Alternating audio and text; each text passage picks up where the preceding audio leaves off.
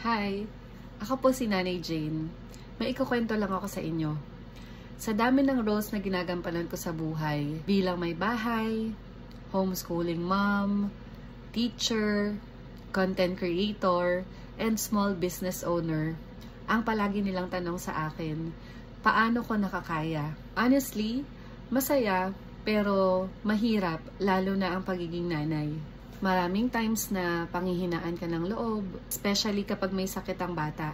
Yun yung mga times na may isip mo kung tama ba yung ginagawa mo, questionin mo din yung sarili mo kung mabuti ka bang nanay. Yun din yung mga oras na mag-overthink ka at pangungunahan ka ng takot. Kasi may isip mo yung mga posibleng mangyari. So let me reveal one of my secrets kung paano despite my doubts and fears, parang ang lakas-lakas ko pa rin. I always have this comfort cross with me. Every time na may iniisip ako o pinanghihinaan ako ng loob, I just talk to God while holding this.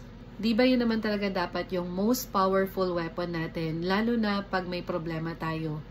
Our strong faith in God. At alam nyo, yun din yung gusto kong makuha sa akin ng mga anak ko.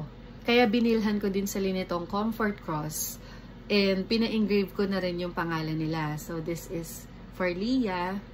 And this one is for Ate Mav. With this, gusto ko na paglaki nila at magkaroon sila ng matinding pagsubok sa buhay, they will always find safety and comfort through holding this while praying. Alam nyo ba ang maganda pa dito?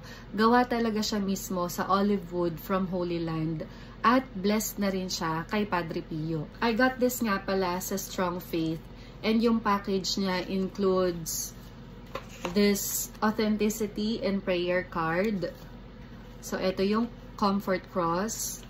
May kasama na rin siyang rosary and pout. So, if you're also interested, you can send a message to Strong Faith on Facebook. This is also a perfect gift and giveaway to your friends and loved ones this Christmas.